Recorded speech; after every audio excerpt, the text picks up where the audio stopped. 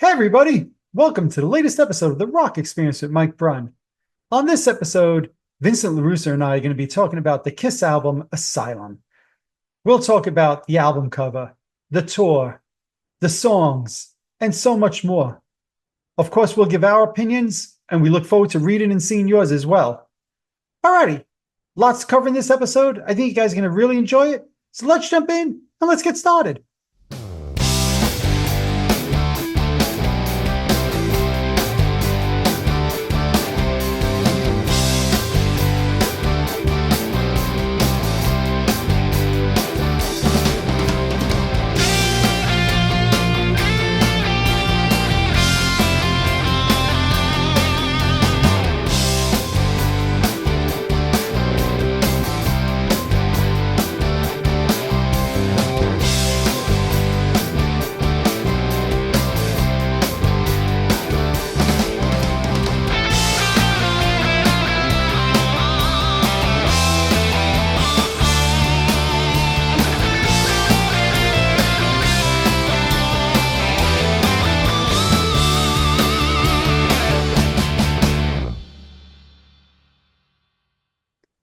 Hey, everybody. Welcome to the latest episode of The Rock Experience with Mike Brunn. Today, I have with me my childhood friend. New one Oh, for look at you. that. You like that, huh? Yeah. New. I said I have to get a new one in there for you. The man who always has a drink in hand. Please welcome back to the show once again, Mr. Vincent LaRussa. How you doing, bloody? I'm good. Good. Excellent. Lemonade, that cool, refreshing drink. That is a Oh, wait, premium drink, I must say. I must say, that is a premium drink. Oh, man. Well, we're getting back together again. We've done a few non-Kiss episodes recently, and I said to you, I think it's time that we do another Kiss album. Do another look back on a Kiss album. And I said, what do you want to do? And you actually didn't even hesitate. You're like, let's do Asylum, which kind of Yeah. surprised me. I was waiting for you to say, like, I don't know, one of the Love Gun or maybe one of the classic 70s albums. But you had Asylum on your mind instantly. Was there any reason? Without getting Well, into all the details of the album itself, was there any reason that you chose this first? I mean, it was the tour I saw them for the first time. So I think that was kind of not that it was started my Kiss fandom by, we all know it's been well documented on our show how that started. But yeah, I think I wanted to get an 80s album in there. And because that was the album that was released for the tour, I went to see them in 86. Yep. And I just thought, like, all right, let's throw a nice 80s record in. Could be somewhat, we don't know where this one's going to sit. Even though I was very well familiar with the album, I didn't know how I was going to rank it when I started actually looking at the scores. Right. So, yeah, it was just like kind of one of those types of things. Absolutely. Well, for me, and even though, like you said, we know the album back and forth, but I actually did, listen to it a few times just to kind of reacquaint myself with songs that maybe I haven't heard in a year or two, whatever. And I have to say this was the first Kiss album I've listened to front to back since the final show last year, where I wasn't freaking angry the whole time, which I just thought was interesting. And I wonder if that's because, in part, like you said, that we both saw them on the Asylum tour, saw them all throughout the 80s. And in some ways, it was like in my mind, maybe, this is when they were a real band, putting out product every year, putting out albums every year, which may or may not have been the greatest albums of all time. We'll talk about that as we go through this. But it was kind of, I'll say, refreshing for me not to be angry Brun during the whole listening. So, Yeah. Yeah. And, before we jump in and talk about the record itself, I will mention that I just brought up that last show. And, I should say that I was actually surprised. A couple of months ago, Pop House reached out to me. I think I mentioned that to you. And I've actually spoke with them a couple of times about some of the things they're thinking about for the Kiss future. And they asked if they could pick my brain. And my exact response was, well, only if I could be honest, So it was interesting. And I had a few conversations with them. And, without getting into all the details, I was like, it has to be about music. It can't be about Yeah. freaking dolls and toys. To me, I'm about the music. And, to their credit, they were receptive to what I had to say. That doesn't mean that they're going to listen, but they wanted to hear my honest opinion. So it was just something I figured I was given permission that I could share, and I haven't spoken about since this has happened over the last few months a couple of times. I just figured I would bring it up during this one. I think it's just, you didn't know if you know, it's just see my shit Yeah, eating I see, grin or I see, something. I see you waiting. You know, I'm like, oh man, what's going through his mind? Well, just it's kind of funny when we were younger, we used to see people and we used to say that was your future. You Uh-huh. know, yeah, when you Yep. got older, we used to saw people who was like an older version of Anybody who you. had big curly hair. Yeah, yeah. But you Which is when you ironic because no hair now, but okay. We got that one but wrong in the 80s, but okay. yeah. But when you said Kiss's future, I Uh, was like, it's interesting they go into future for Kiss's future. that's pretty. Yes, that was my nickname Because in the 80s, you were the Future. future, well, one of many future. Which made no sense. Hey, No sense at all. But you know, hey. And of course, but you remember who you thought I was, which rock band I was the lead singer of. yeah, well, in the '80s, we always thought it was Mark Storis, Right. you know, Mark Storaci, as we Right. now know him of Crocus. And my other Yes, nickname was Crocus. Future and Crocus. Yes, Crocus. yeah, yeah, yeah, Oh man. Were you yeah. gonna say something else though? No, no, but I wanted to comment because yeah, I mean, yeah, no, that's cool that you were asked to do that and be a part of that, and hopefully, you know, shaping some of the ideas and product that's coming out. That's pretty damn cool. Yeah, yeah, look, who knows where it's gonna go? Who knows if I speak to them again or not? But I just thought it was cool that they reached out to me, I guess because of this show. And I guess I was on their radar, which I thought was kind of cool. Yeah. Yeah. So saying that, I gave them my honest opinion. I'm going to give my honest opinion here as well about the Kiss Asylum album. You know, for me, it's funny, kind of again, before we start going song by song, just thinking about this album and that in the 80s, this was the third album in a row that Kiss had a new lead guitarist on. You know, what a Mm, freaking crazy time for Kiss, right? It went from Lick It Up having Vinnie Vincent, Animalize having Mark St. John. I do know that Bruce ghosted on a couple of songs there.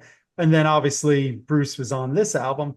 It was like this revolving door of Kiss guitarists at that time. And I remember when Bruce joined the band, in my mind, this was probably oh, this is going to be probably a one and done for him. And the next album will have another guitar player on it. So it was, mm. I guess, the start of the stable 80s Kiss lineup was the Asylum album. You know, do you Mm. remember your thoughts as a fan at that time and the rotating guitarist all the time? Yeah, it was kind of bothering me, you know, because again, it Yeah. was like, here's my, you know, my childhood band. And like, I'm like, you know, first the loss of, you know, Ace Frehley. And then it's like, all right, they bring Vinnie Vincent in. And then they bring in, I'm like, oh, come on. Like, what's going on here? You Yeah. know, this like, it's like almost, I always like felt embarrassed. You know what I mean? It's like, oh, my band, they can't even hold their guitar player. Like, you know, Sure. you just want, I mean, he was a band who traditionally had a character, even though these guys were not in makeup at this point, but you just kind of wanted to attach yourself to, you know, the band members as we did to Eric, you know? Yes. So, and at that point, you know, Eric was, you know, about, what, 5 years in at that point. Yep. Right. So, Yep. yeah, so it kind of did bother me. Yeah. But at this point, we knew who Bruce Kulick was. Obviously, we had the Kiss Animalize Uncensored video, and that's how I really came to know who Bruce Kulick was. So, and for all counts, you know, it was very limited stuff that I saw back then. It seemed like a likable guy and all that stuff, and you know, but yeah, I was kind of just curious to say, okay, what is this guy now got to bring? Because I remember reading in the magazine because I think I have explained this before. When Animalize came out, it kind of was an accident. I was in a record store one day, the old Right. infamous Record Hut, and I see Kiss Animalize. I'm like, oh, what's this? And this is when I was starting to get back into it when we had started, and I picked it up and I remember seeing in the guitar magazine, I was either Guitar World, one of them saying like, oh, you know, this guy's, you know, immensely talented, Mark St. John. And I was actually watching something recently. Oh, it was somebody who had a Charvel guitar they either acquired, and they said it was originally made for Mark St. John. It was this yellow Charvel guitar, Mm. and the person who commented on was very kind of knew a lot about guitars. Oh, Mike Varney was a guy who back in the day who kind of like discovered, you know, the likes of like, I hope I don't get them wrong, but just to say like the Paul Gilberts, the Yngwie Malmsteens, Okay. you know, those type of guys. And he was also a guy who kind of recommended Mark St. John as like this immense talent. And one of the things that the person who was talking about Mike Varney, who found these guitar players, said that Mark St. John was immensely talented, not only just as a rock guitar player, but as all different styles, and kind of like put him above and beyond some of the other guitar players. So it was kind of interesting to hear this commentary, because we've heard like Mark St. John can never play the same thing twice. Right. We heard the whole thing about yeah, this I think it was the Kiss Exposed video where they were kind of one of the videos they were kind of, it was like this annoying beat, and there's Yes. like some, and like it was very hypocritical because let's face facts, Kiss knew they had to compete with the likes of Eddie Van Halen and all that, and they wanted that. So come on, Absolutely. And we'll talk about let's that during some of the yeah, songs, I think, a little bit. So yeah. absolutely. So, but it was kind of just interesting hear perspective of how talented, and it's a shame that and the what ifs, if he would have But stayed what's with Kiss, but interesting to me is you mentioned that they made a yellow guitar. You're saying for mm-hmm, Mark St. John? mm-hmm, Because ultimately Bruce ended up with what he calls the banana, which is a yellow guitar.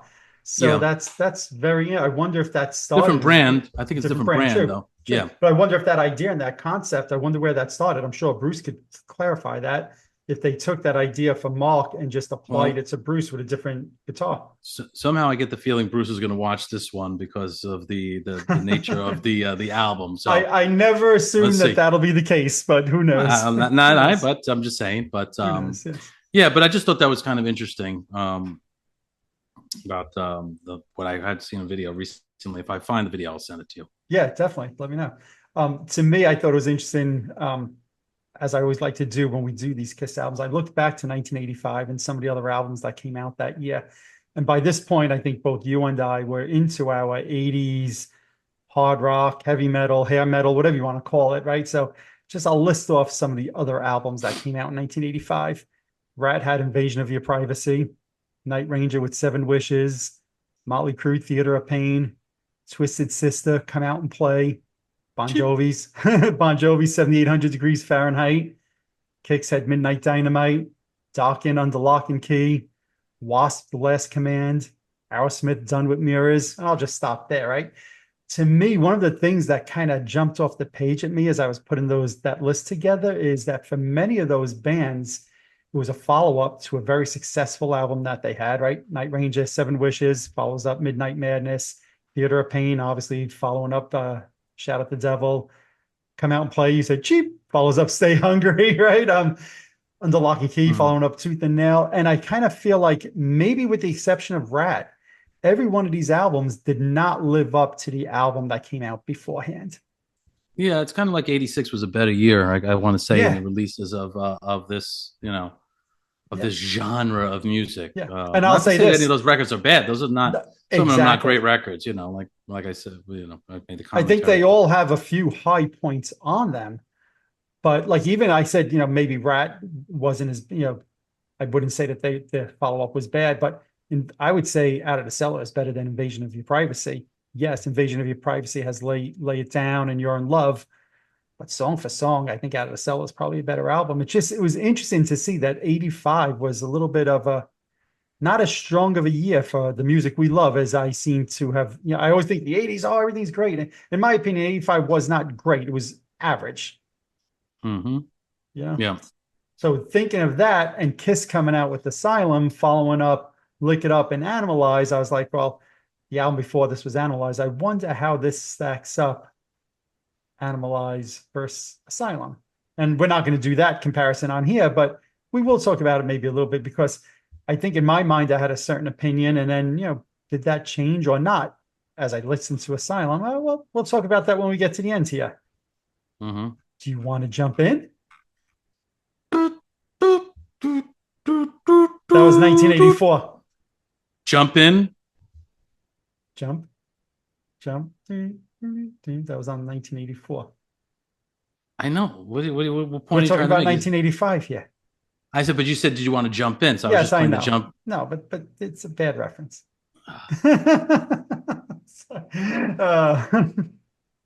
Put in the comments if you think it's a bad reference or not. There you go. Oh, that's Yeah. great. Yeah. Should we All right. begin our discussion? We will begin recording. The very Yes. first tribute. Nobody knows what the hell Yeah. we're talking about right now. No, they don't. All righty. Well, King of the Mountain. I'm going to let you go first, my friend. Oh, thank you. Yeah, I kind of remember, being a big Eric Carr fan in the '80s. The first track, you hear this like, And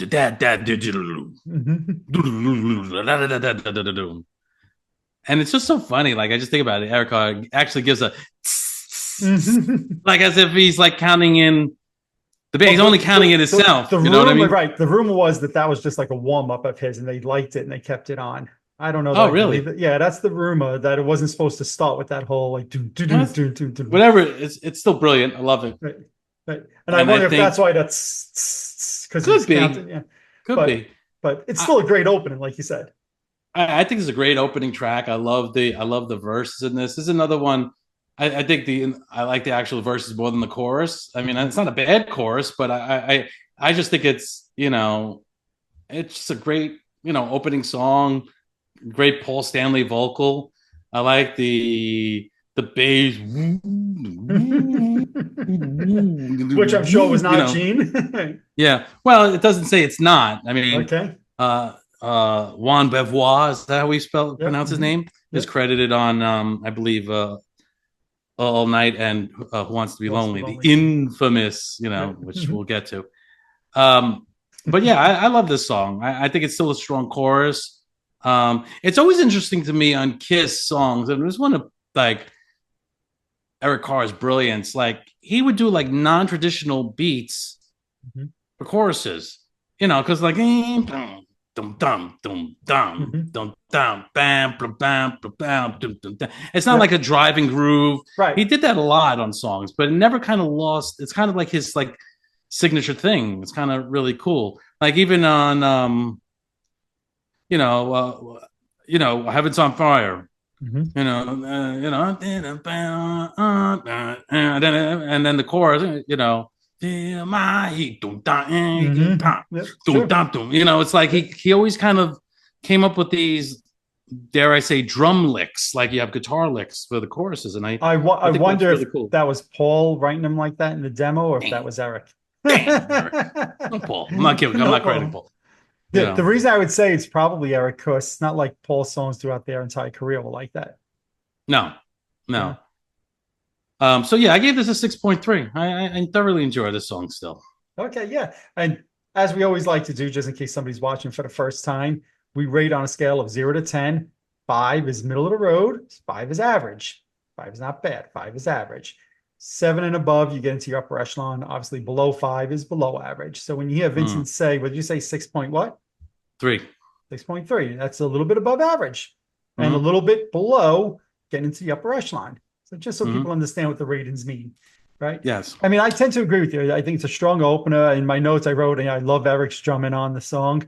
I love Bruce's guitar solo. And you were talking about them looking for a flashy guitarist during this time. And I kind of forget sometimes that when Bruce first joined, just how flashy he was being, because I do think it got tamed down a little bit throughout his years in Kiss in the later 80s, early 90s, where it wasn't as Well, like million notes as much as possible. well, But I love the solo in the song. let's just address Bruce Kulick from here Yeah. forward, because that's going to kind of be blanketed for the record. In my opinion, this is so you got to understand the landscape of what was going on. Bruce comes in, and like most guitar players, it's always Eddie Van Halen, Eddie Van Halen, Eddie Van Halen, Eddie Van Halen, right? He's the guy. He's the guy. And you're Yep. trying to make your own identity, but you're trying to also have that kind of flash, and that kind of that speed and the two-hand tapping, whatever. But the one thing I'll say about Bruce Kulick, and especially on this record, and then you start hearing it, on Crazy Nights, like when I hear Bruce Kulick, I hear Bruce Kulick.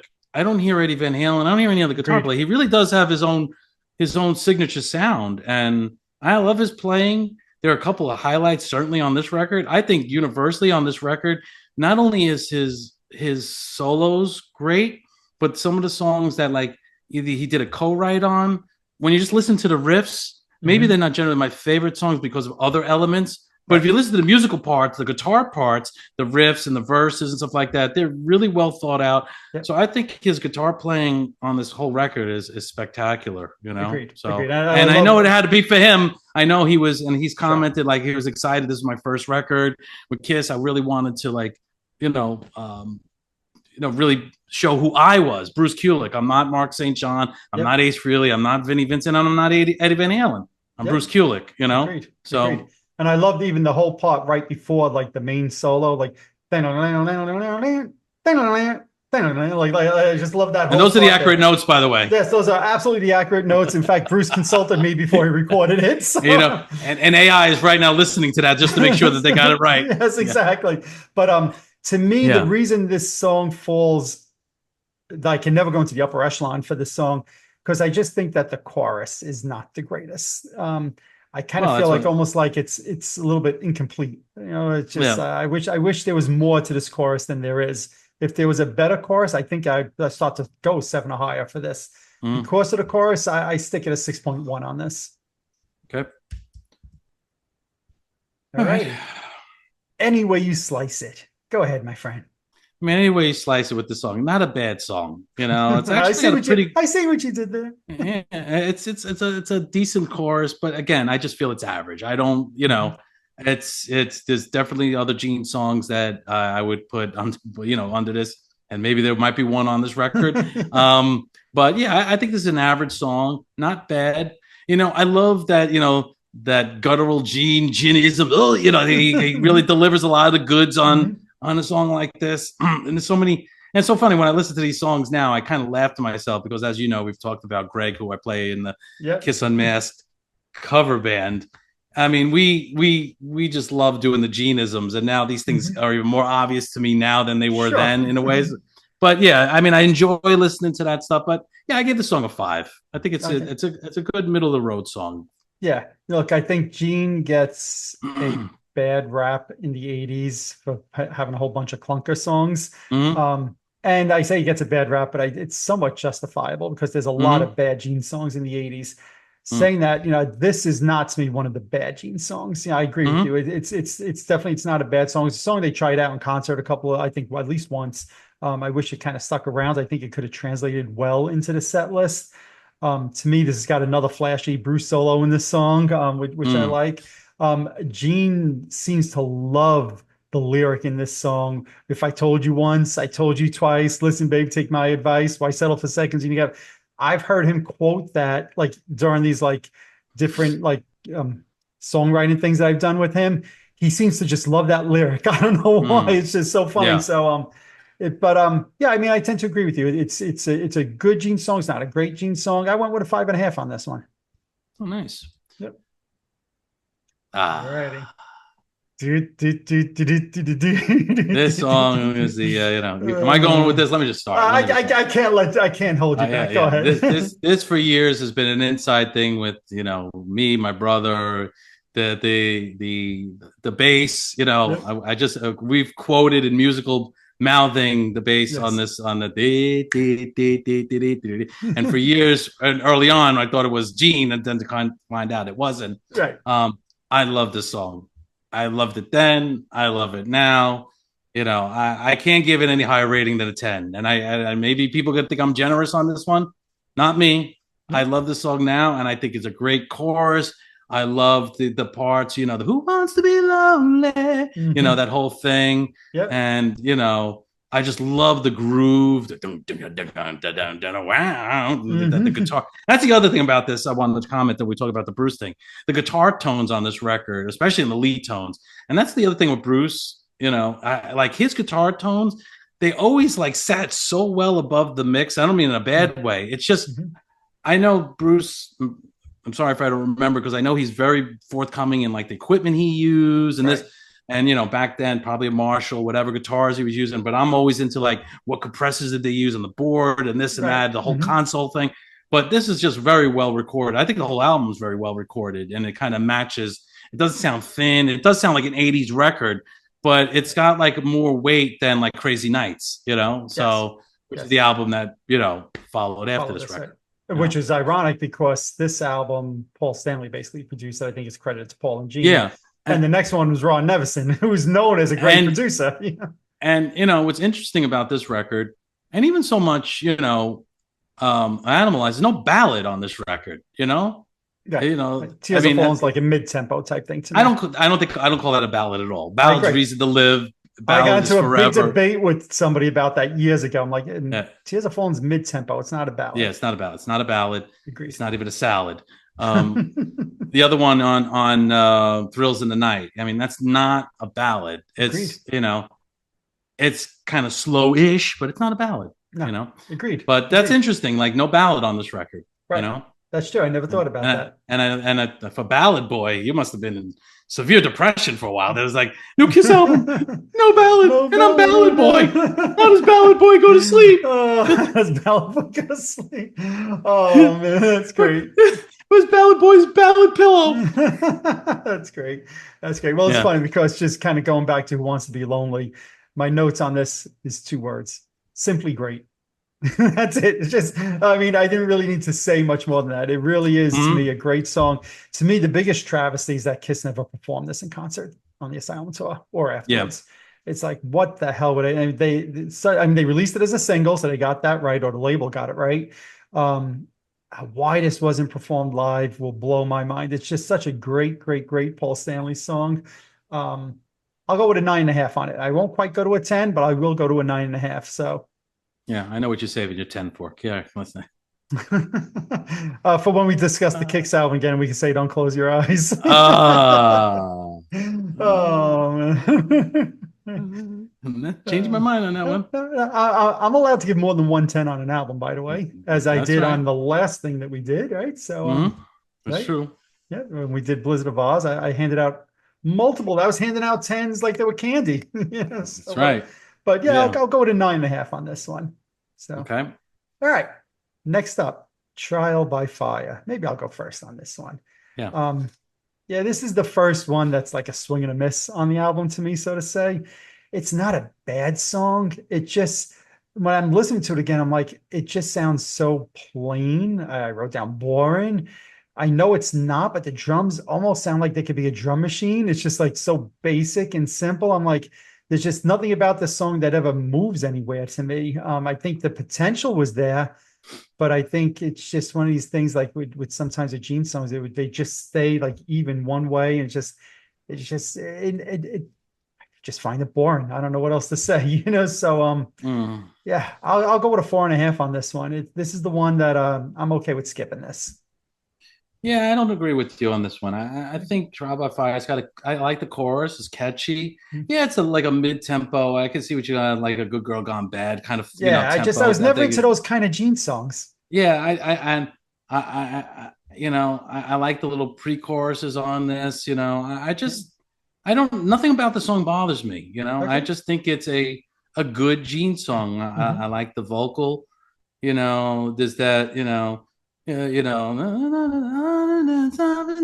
And then they got the other Hmm. thing. Who do you think? They got these Right. little like this call and answer vocals, which I Yep. kind of like, and that stuff. Yeah, I think this is a little bit above average. So I gave it a 5.5. This one. Okay, that's fair. We're a little bit different opinion there, and I like that. I like that. All righty, let's finish up side A. I'm alive. Go ahead, my friend. Hmm.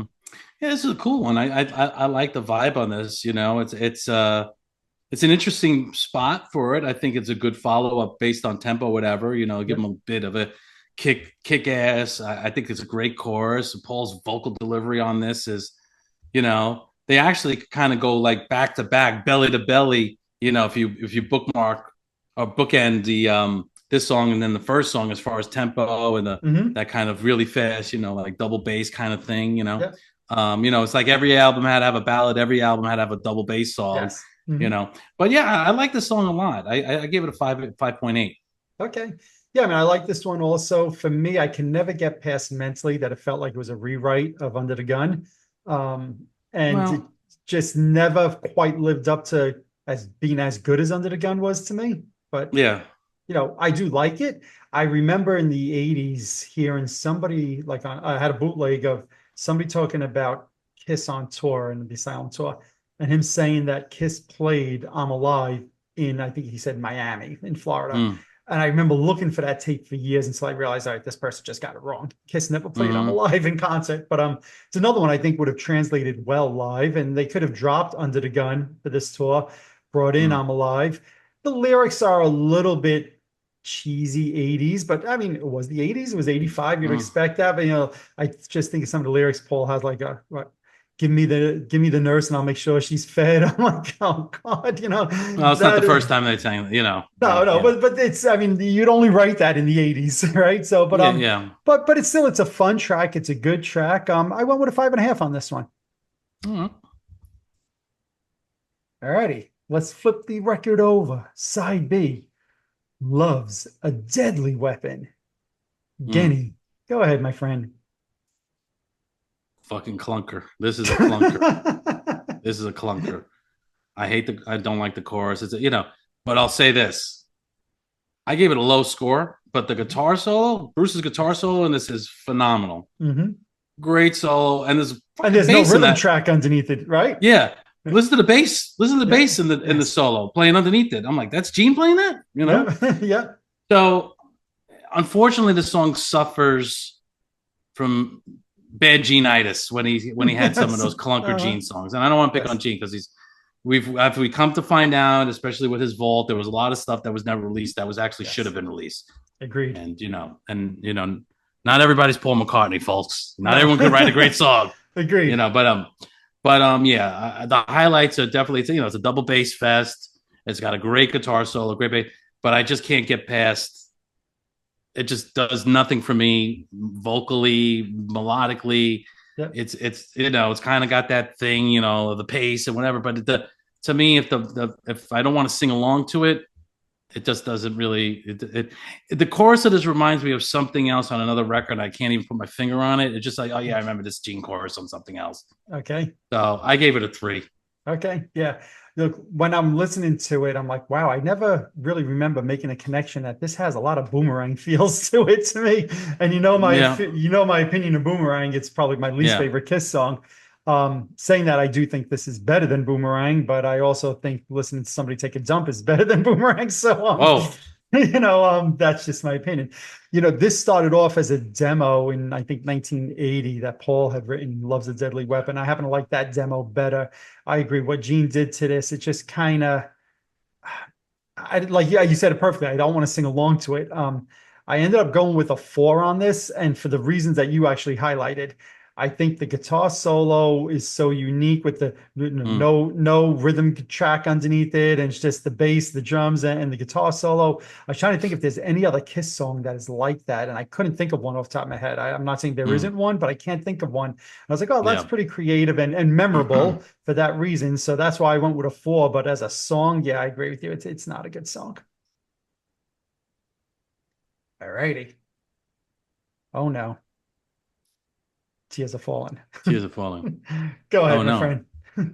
Yeah, I mean this is a no brainer. There's another 10 on the record for me. I mean the song's aged well, never get tired. People have arguably said, and I'm being one of this maybe this Bruce's best guitar solo. Yeah. Not the fastest, most but melodic, great Mhm. choice. Great. I mean, it's just something you sing along to, and Yes. it's just got it's a great song. I love Paul's vocal on this. I gave it a 10. Yep. Look, I will get straight to the point. I also gave it a 10.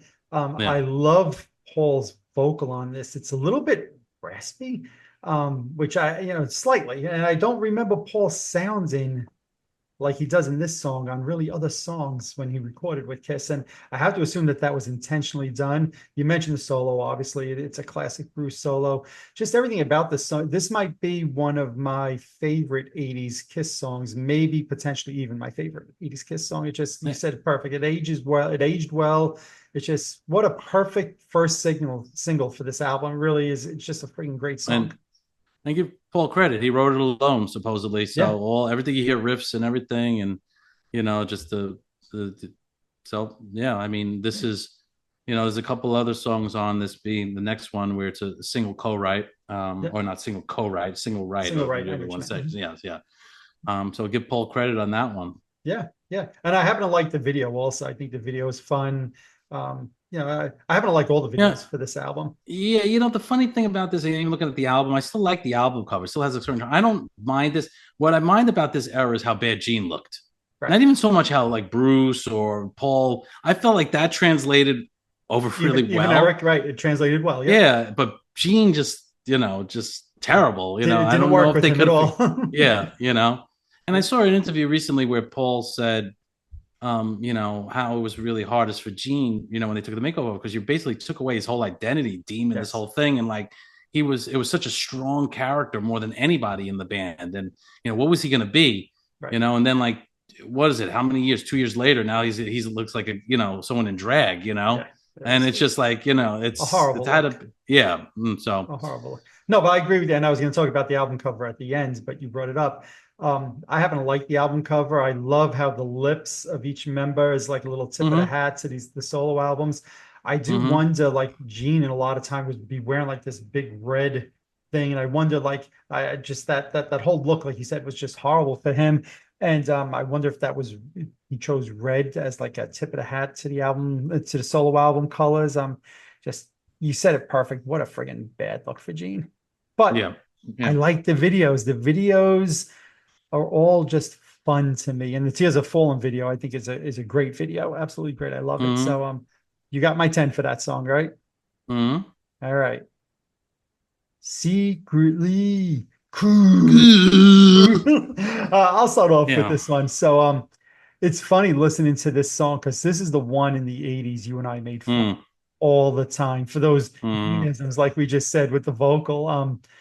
And I do wish there was a little bit of a different mix of this song with that vocal, that Gene vocal in the chorus, just slightly tamed, I'll say. Lower those cruels in the chorus a little bit.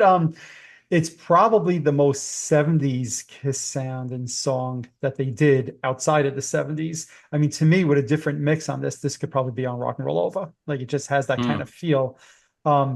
It's actually, to me, I know we've spent decades making fun of Gene's vocal on this, but it's actually not a bad song to me. It's just mm-hmm, I don't like the production on Gene's voice. I just wish they toned that down mm. slightly. But I have to rate the song based on the way it's presented to me on the album, right? But I think with slightly different production on this, I might like this song a lot better than I do.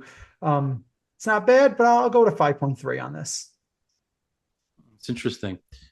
So yeah, I mean, and I think these are some like this being one. Was this one of the songs that Bruce was doing with his solo band? Was Secretly Cruel one He of did. them? He definitely did it a few times. I know that. Yeah, Yes. yeah, and you remember like how even when we heard "Burn Bitch Burn," we're like, "Ooh, this is Yes. great! How did we not Uh-huh. like this song?" Yes. Ooh, Oh, and that's what we actually when did. his People, band did those songs live, ooh, yes, and we did it yeah, just like that. Ooh. ooh. But when his band did these songs, even something like "Burn Bitch Burn" just sounded freaking phenomenal. Always. Right, and again, I think this has got a good chorus. It's got a good hook to it, and yeah, the rock and roll over. I could see what you're saying there. It's not a bad song. I mean, ironically, I rated the same thing, a 5.3. Oh, that's pretty funny. And I gave it zero point 0.2 less than my Trial by Fire, which I just think because of that chorus, I gave Hmm. it, a zero point 0.2 notch less. But again, I think it's actually a cool, cruel, Kiss song. Yeah. Like I said, I think with a different mix, I could probably be over 6 on this one. It'll never fall into that, classic territory, but with a different mix, I could probably go over 6. But like I said, I'm Yeah, rating it based as it's presented to me, and the way I just can't get past that secretly cool. yeah, I just can't get yeah, past that. So, yeah. all righty. The next song is a Led Zeppelin cover, I think, right? Well, I was going to say, they said, Paul, are you Robert Plant? No. No. Okay, Paul, do you want to be Rob Plant? Yeah, well, everyone wants to be Rob Plant. Because Paul, do you wish you played guitar like Jimmy Page? Yeah. Okay, but are you Jimmy Page? No. Okay, but would you? Yeah, I mean, to your point, it's so blatant, and a lot of bands kind of after this were kind of doing that Led Zeppelin thing. yes, There were, I know Great White was one who was talking about there was that band Kingdom Come when they came out yes. their first album, they were getting so, and I actually liked that first Kingdom Come record. Hmm. But yeah, this song suffers from chorusitis. It's just Yes. fucking horrible. Yeah, agreed. Fucking horrible, this chorus. I think like Bang Bang You is better than this, and that's saying a lot.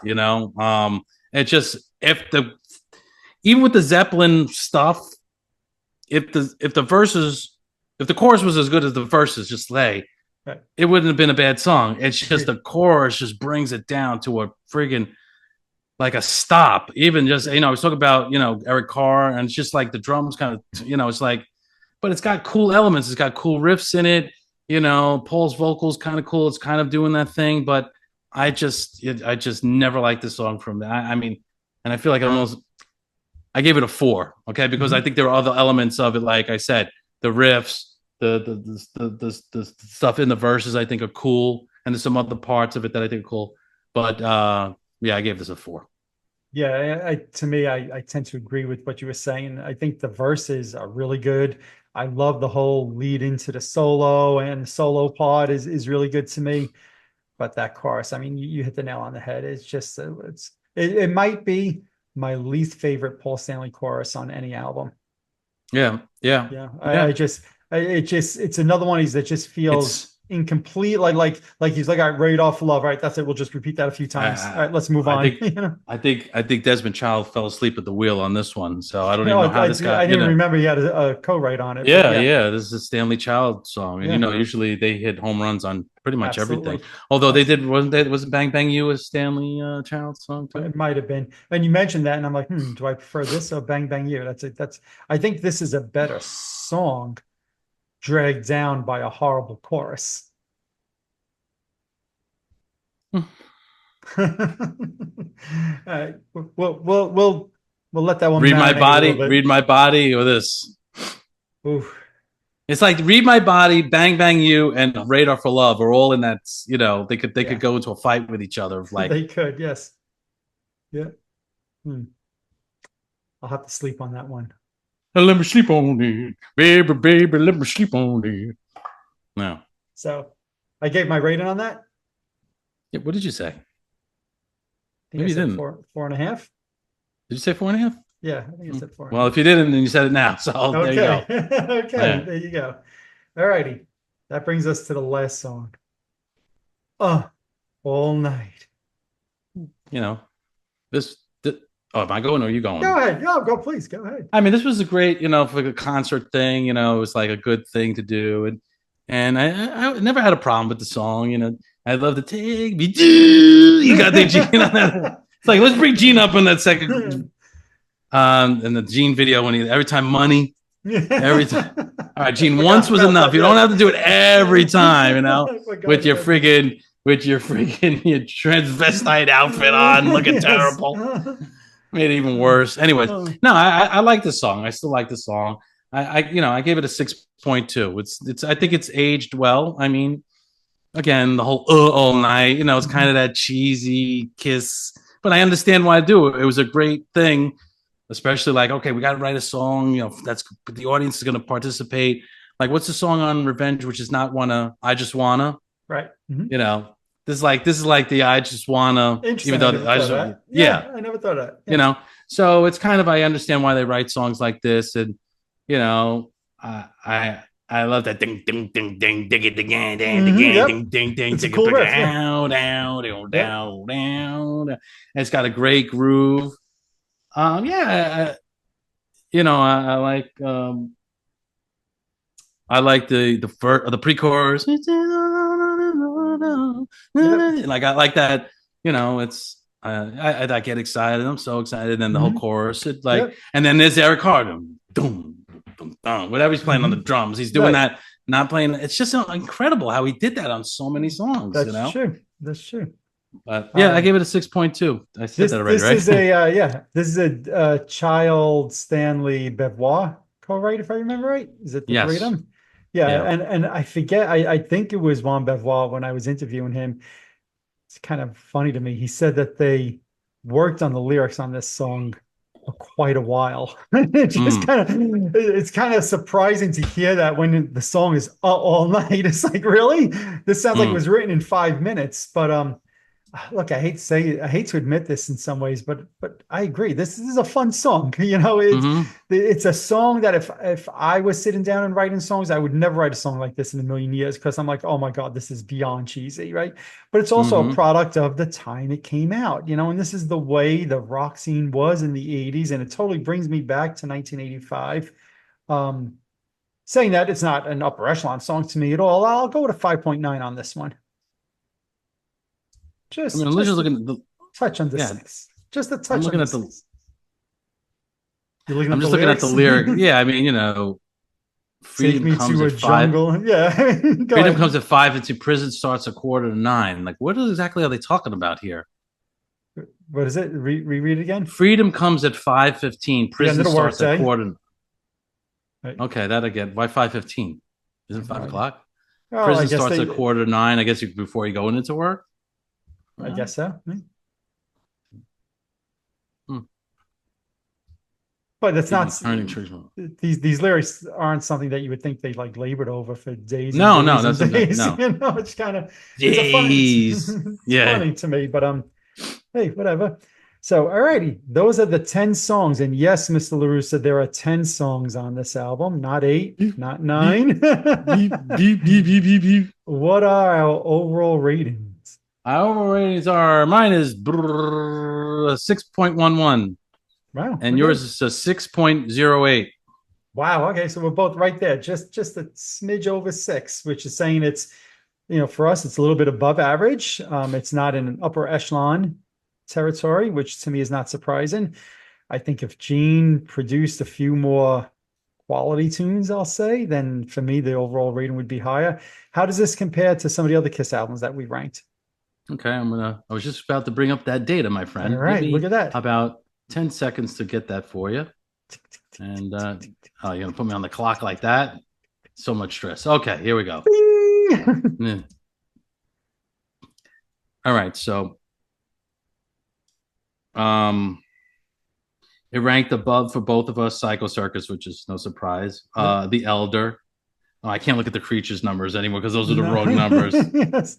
It was below Dynasty. It was a little bit below Unmasked. Um, Ironically, I rated this higher than Lick It Up, and I got to Wow. check my numbers on that. 604, not for you. You was 6.93. Right. I love looking up. Yeah. Yeah. So and everything else, they debut Hot in Hell, Rock Roll. Obviously, that was higher, Right. by a Right. point.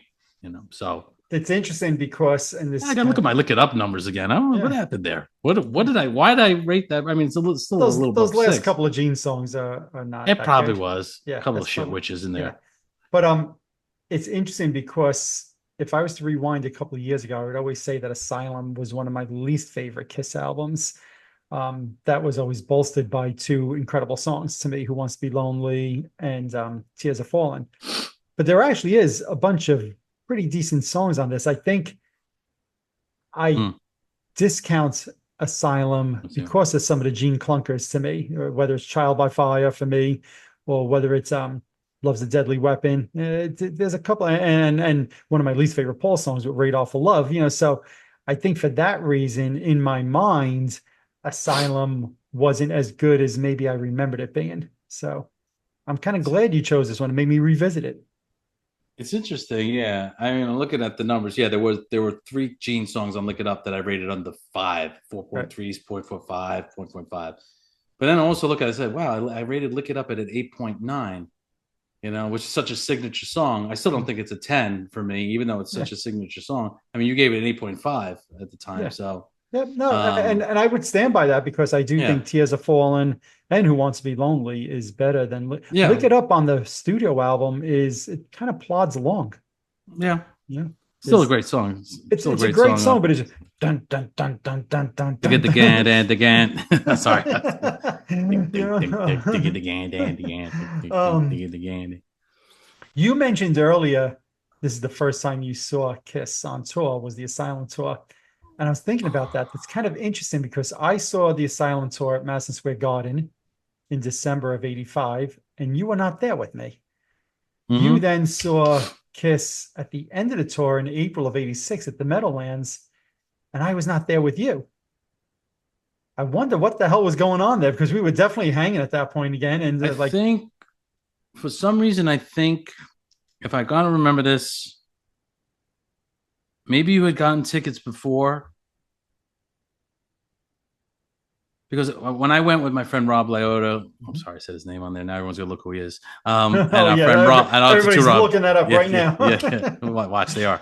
And my other friend Rob, the three of us went to that show. Yep. And we were all me, Maybe since my name wasn't Rob, you didn't invite me. or Sal. I don't think Did you Sal go? went with you. So I No, went no, I with thought Sal. That's what I'm saying. You and Sal went, and Right. me and To the Rob went. garden So and You and the I Robs. I don't know. I just feel like maybe you already had tickets to the Garden, and I don't think Well, it was sold out. I could I don't imagine know. at 15, 16 years old, I didn't have enough money to go twice because I never went to see them twice on a tour at that time. So I probably felt I already saw them. So I would understand why I wouldn't come with you in April. I wonder why you didn't come with us in December. Maybe you weren't a fan of Black and Blue, right? Because they opened up the show. Maybe like, yeah, I don't like that band. That Had guy nothing Tommy to do with that. Thayer, that guy Tommy Thayer better Tom, if never you're step watching foot near this, Kiss. that never happened. Do you remember I who don't opened up know. your Meadowland show? Was it Dokken? No, it wasn't Dokken. Blue Oyster Cult. Blue Oyster. Wow. Okay. Yeah. And I'll play I should mention on the Asylum tour, Kiss was rotating during their encore a cover tune, and we actually got different cover tunes, you and I, right? So I got "Won't Get Fooled Again." You got, if I remember right, "Whole Lot of Love," right? Yeah, I got Coolin'. You Maybe I got was cool. not fooled. You Yeah. got cool. I remember being all excited because my friend Rob was a big, well, there was two Robs there. The elder Rob was a big The Zeppelin elder. fan. I was like, oh, he's gonna be happy, you know. Uh-huh. And Yeah. that's what I did too, by the way. I mean, oh, he's gonna Yes. be happy. Yes. Yes. Yes. Indeed. To me, I remember when they did "Won't Get Fooled Again." I just thought it was a friggin' phenomenal version of the song. I loved that Paul, Gene, and Eric all sang a part of it. I love how they did the parts on the guitar there. Was just it's just even to this day, I wish that they officially released their own cover of that. It just I just thought it was phenomenal. Phenomenal. Maybe that's on the soundboard thing that'll eventually come out off I the soundboard. I would love to get an off the soundboard thing that includes "Won't Get Fooled Again" because I mean there's bootlegs with soundboard recordings of it, but I'd love an official release of it because it might be my favorite cover Kiss ever did. So last thing I could think of with the show, I'm assuming that your show was the same thing, the friggin' huge Kiss logo That was with pretty all cool. the colored lights in it. It was the first time they dropped that classic 70s logo that they were Mm-hmm. using. But I love that they used that huge logo for this tour and then Crazy Nights as well. But just a friggin' great. I love that logo. That Yeah, might be one of my favorite. The classic one is probably my number one. The Silent Tour logo is probably number two. yeah. And I that's so really, much better than when they had that Sphinx. yes, You know, that agreed. I'd always thought that looked weird. I mean, it was a good effect with the lasers and stuff like Right, that, but I want the damn Kiss logo back there. agreed. I always And wanted to see a then Kiss when logo. the logo came up on the Hot in the Shade tour during "I Want You," the friggin' K was a disaster on that. It was just Yeah, an absolutely horrible looking logo. It was yeah. probably the worst looking logo that they ever had. So it's just yeah, to me, with the Kiss stage, always should have that logo behind them, and I really loved the way they did the logo on this tour. And it was interesting because the tour, friggin', if you look at the set, because I'm a big bootleg collector, every friggin' night they changed the sequence of the songs on this tour. Mm-hmm. It was like I don't know what. One of these days, I gotta if I have Bruce back on, I gotta ask him if he remembers why they did that. Every single night, the guitar solo, the drum solo was tacked on a different song. This they the sequencing of the songs were rearranged. It's just like it was like somebody in the Asylum was making the set list on a nightly basis. So, Yeah, yeah. anything else you could think of about the era, the album? We spoke about the album cover. What do you think of the Oh back yeah. cover? Well, What do you think of the back? I thought that was cool too. Right, I liked the whole theme. I mean, listen, you know, quite honestly, this was always one of those albums. Like, oh yeah, Asylum. I didn't know how it was going, but now when I saw how it was, you know, my overall rating, yeah, it actually fared better than I thought. And I think agreed. maybe it's because, as we said, like the Secretly Cruels, but back in the day, like, oh, this, you Right, know, this damn chorus, we made fun of it. But yep, now I have a different opinion of this, of agreed, that song, you know, or agreed. I never had a real problem with Trial by Fire, you know, but yeah, I think it's, you know, I think it's aged better than I guess I thought it would have, you know, not listening to it from top to bottom like I did recently. Sure. The one So, thing you mentioned the production, and the production is fine on the record, but it does have a very 80s sound to it. I wish there was a little bit more, I don't know, crunch, a little bit more meat to it. I know you said before it's not thin, and I agree with you. It doesn't have a thin sound, but it has a very 80s hmm, metallic sound. I don't know what the hell to call it. It's just I wish there was more mm, crunch to it. I don't know. I don't know what else I to don't think say. crunch is the right word. No, probably not. It's the amount of reverb that's used to give it a Right. bigger sound. It's like where, an album like, Rock and Roll is very dry sounding, or even Dress to Kill is very dry. Those other records are dry sounding. Right. It's just But got a even the sound very of like an big, album like Lick It Up is doesn't have like an 80s feel to it to me. This just well, reeks 80s. yeah, it was coming into a different era of Yeah, oh, it was. production, and a lot of It the was. bands, this is what they're chasing each other. Yeah. And it takes one band for the band to say, I want that album to sound like this. Or, I think this was recorded at Right Track Studios as being one of the studios. Each studio had its own console with its own drum or room where they record the drums. And, it's interesting because, one of the things I've commented on was listen to Kiss, Crazy Nights, listen to The Ultimate Sin, and listen to Hearts. What's that album with? Is it just called Heart? I think it is. The Yeah, one I with think like yeah. with the These If Looks Could dreams and Kill. looks Yeah, to that kill. all. Right. Mhm. Yeah, All the I Neverson, that think was it's Neverson. just called Listen to the Heart. snare drum. It's like basically the same sound, Okay, I'll have to listen and the to it. albums have the production Right. very, very similar. And because he was an engineer, he was the producer, and whoever worked on the studios, and it was garnering that kind of sound. Sure, sure. Yeah, I actually wish Asylum could have been produced by Michael James Jackson. I happen to like the sound Or he Michael got. Jackson.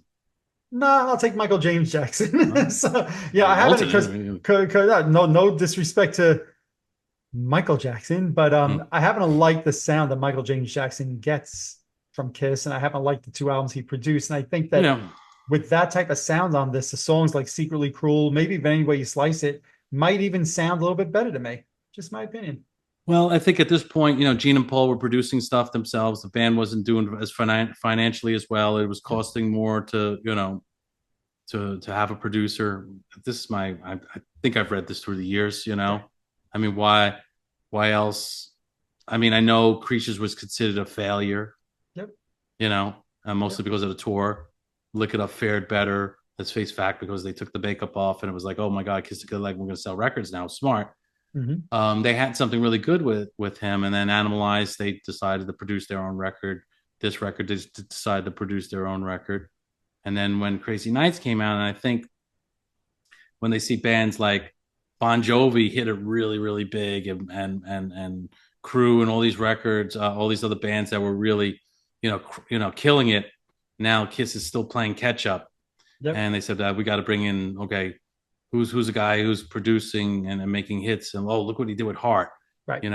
But Yep. this the not that Crazy Nights is a bad record or anything. I actually like that record, Mhm. but what Neverson did, which saved Heart, quite honest, because the record company was going to drop them if that was not a successful record from everything I've ever read, was they brought in songs. He brought in songs, and they were not happy. Right. But all those hits were not heart-written songs. No. I think none of them were. In fact, some of them are even cover tunes. They were released or recorded Yeah, previously by other artists. yeah. Even like a song on the next album, "Bad Animals," "Alone," which is a Yep. phenomenal song, was not an original Heart. That's always a weird thing for me. A band who gets really successful. Now, looks in Heart didn't have to really do anything after, No. that album, because they aired already what they, first of all, two-girl band, led band, where it was the industry was very biased, very male-driven thing. You write Crazy on You, Barracuda, Magic Man. I mean, these are, those were great records. The classics. But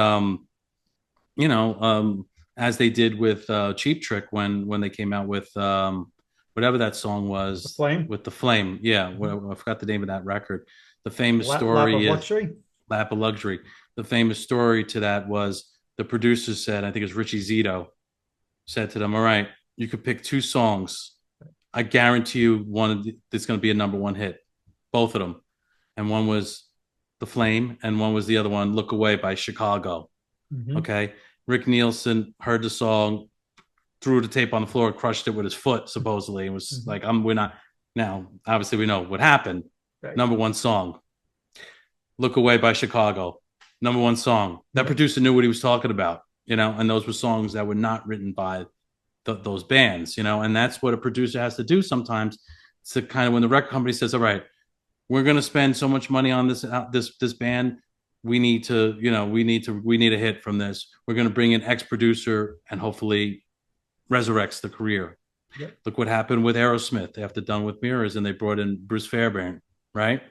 Right, Bruce Fairbairn was on Fairbairn. I always say Fairbairn, Yeah, I think he produced Permanent Vacation. right.